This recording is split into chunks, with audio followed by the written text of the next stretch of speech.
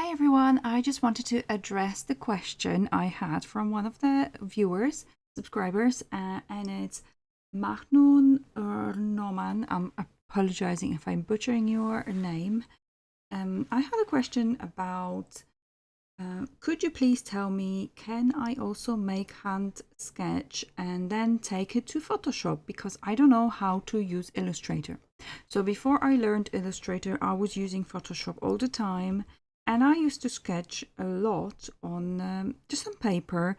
And the way it's the hand on the paper, I don't know, for me it's looser, it's more kind of flowing, it's more texture. So you might want to prefer that method, and there's nothing wrong with that. There is a very specific look for Illustrator and very specific look for Photoshop. And what I notice now in trends, there will be more emphasis and more trending kind of handmade textures, human-made, just to rebel against AI, I suppose, and bring that human side. So yes, there is a way to do it. It's not always easy. So it's hit and miss, and you have to know what to look for when you're sketching. So I have pulled up some of my old sketches here, and I think I turned it into illustration, into pattern. Apologies. Yeah, I think I did. Let me find that. New. It doesn't matter what size it is, and just here, let's just fill it up with any color. That's how I test my patterns, by the way. Oops. New layer, and then fill it up. And then I would double click here, fill it with pattern, and where is it? That's the one I did use. Yes. Let me just make it bigger. You see here, this is the one I created out of this. Yeah. And the way I did it, I actually drew over some bits and bobs. So there are a couple of different methods to do it. Let me just close this quickly. So you could try to separate this sketch. It is quite messy. And if you want to use your actual sketch, I would advise you maybe to sketch and then go over with a black liner, or sketch from the beginning with a black liner or black paint, because the more contrast you have, the more visible it's going to be for Photoshop to separate it. Because look, it's not that much difference for it to see. So I'll show you a few different methods, and let's see here.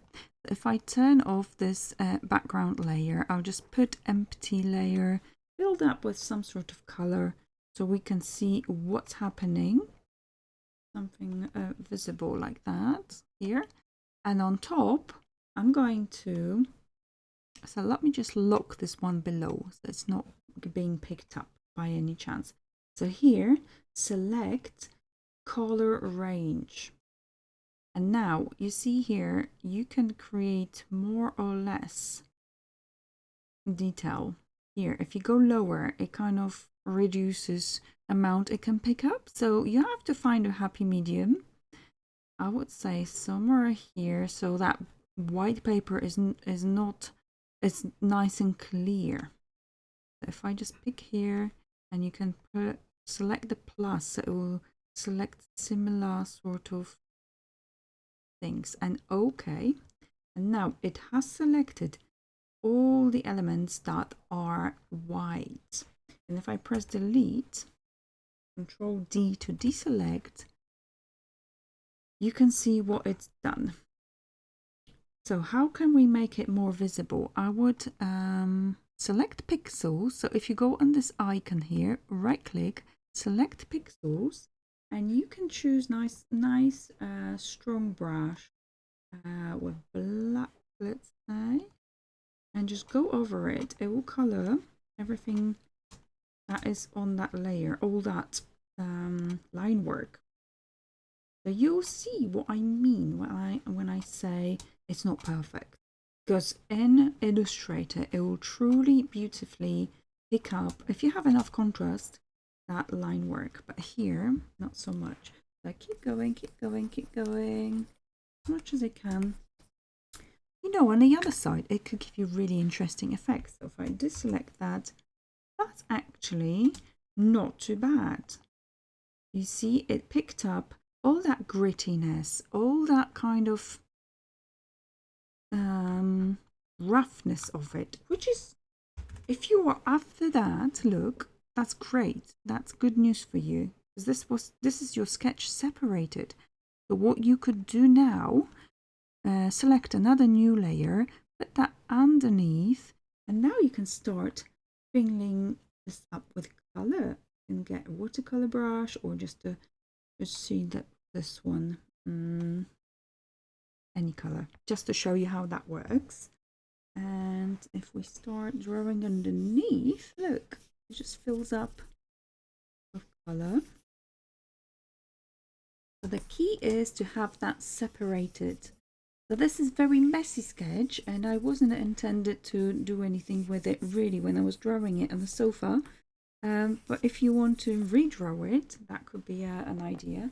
And then choose different color, whatever, maybe something more red. And you can build up pretty interesting design here. Just ignore that pink.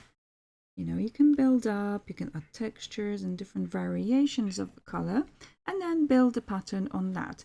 Then you can separate those elements with your lasso tool, or just use it as a clamp of thing. The other way you could go, so here, for example, if I was going to choose all those very faint designs, I would go, first of all, just adjust that image a little bit more. So image adjustment levels, and here I'm moving my slider here from the left just to give it a bit more contrast, a bit more visible. Look how much more there is information in here.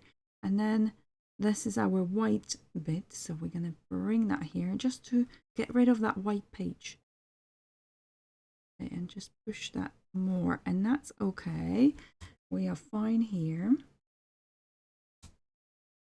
So now, some people select it with a wand. I am not a fan. Let's just copy that layer, because you don't want your master layer to be affected. I'm going to delete that. Copy again, just so I get rid of the locked one, and turn it off. So here, if I select and delete, now we have to create a layer underneath, just so we're seeing what's happening. Deselect. This is our stuff selected. So like I said, the wand gives you a very rough edge of things. It will cut things out a bit. It's not my favorite thing to use. So I will do, let's get back. So where we were, there it is. And so I would first of all probably turn this into black and white. So image, and do saturation. There's many ways to do it again, but I'll bring the saturation down. And image adjustment contrast. You don't want to go too crazy, because if you go too crazy, you might lose some of it. So just halfway, okay. And that already, that image is so much more visible. It is like a faintly bits and bobs here, but it's still usable. The other way you can go about it, and I've seen people doing it, it's not practical really for patterns so much. If you, but illustration maybe underneath, and that top layer, just change it into multiply. So if you draw on your color one, look, that sketch is on top, it's visible. But what happens if you want to put a light color? Yeah, okay. Pause that. And then you can use different color. Oops.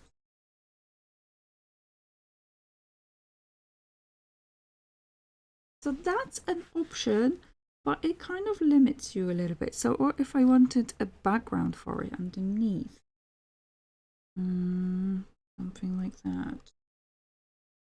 Okay, so it's another option for you, just to turn that sketch into multiply if you want to retain that softness, those little nuances and those little gritty bits, which is, you know, it could be interesting.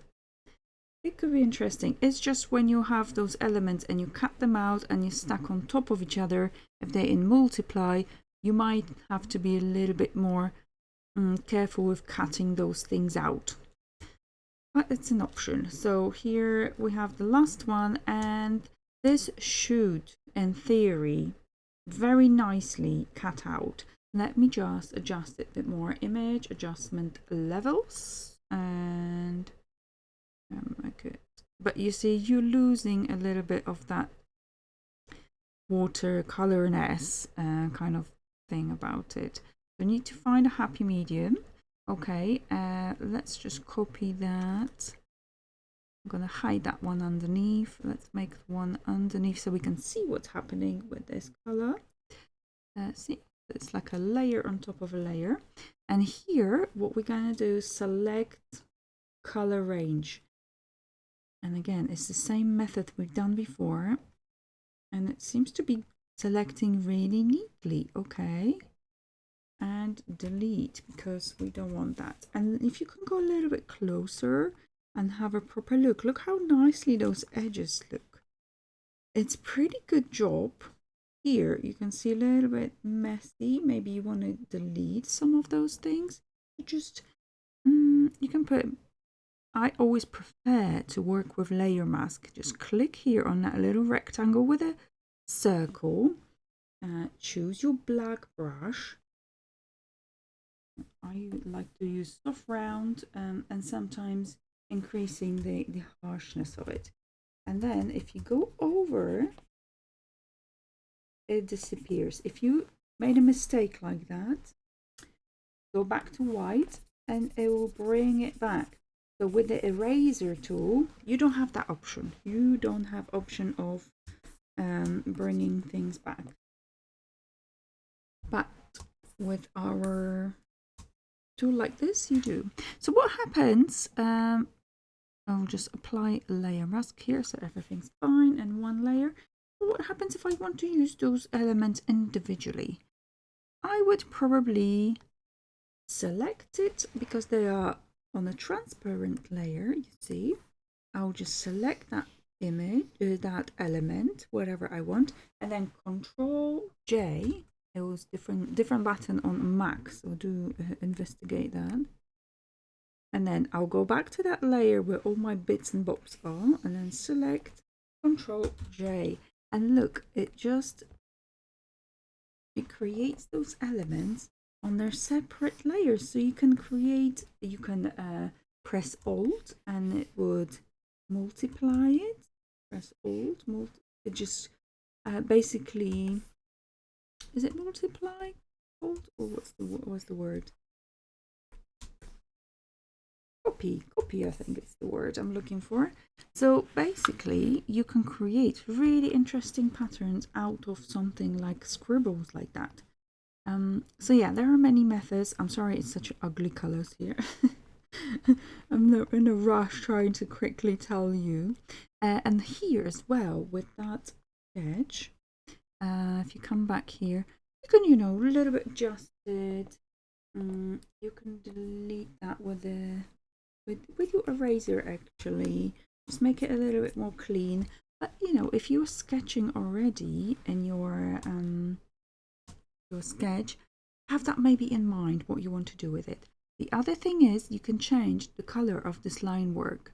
There are a few ways to do it. I like to have a complete control over it.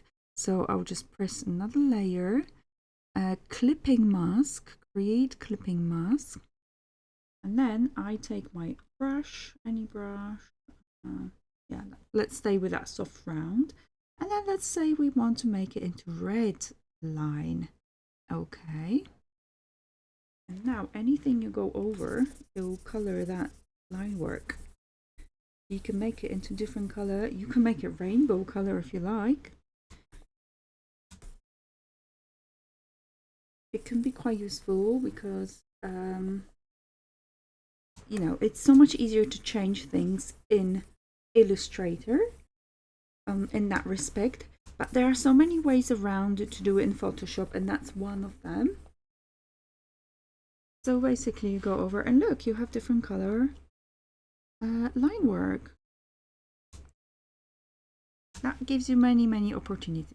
The other way you can do, which is a little bit laborious, but sometimes I use it, it would be drawing over your initial sketch, which sometimes, you know, you would lose that looseness and beautiful details.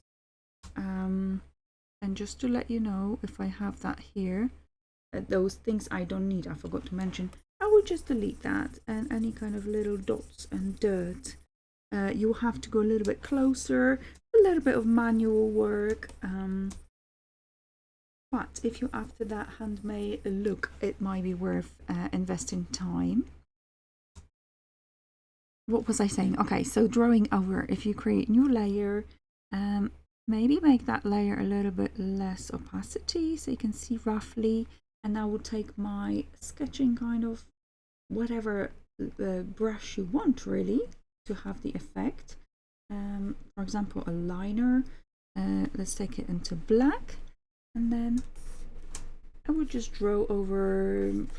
You know, it might not have that beautiful sketchiness and looseness that I wanted to have, but it's an option if you love working with paper and in an organic way and just want to bring it in Photoshop and have a rough idea. That's an option as well. So it's going to look more like, especially if it was made by your hand, and you know, we can do it. Also, it's a great idea if you want to kind of trace from your photographs, you could do that as well. So I hope this helped you and it answered your question. Please let me know if you have any questions at all. I hope I wasn't going too quick with it. It's just that's how I experimented over the time with those in Photoshop. So there's many ways to do it. There's such an amazing program, and then you can go into your view pattern views so everything can be beautifully put together. There's more tutorials on my channel about Photoshop and pattern and generally in patterns, and there's more to come. So if you have any questions that I could answer in a video form, please let me know. I would love to help out. Until next time, thank you so much. Bye.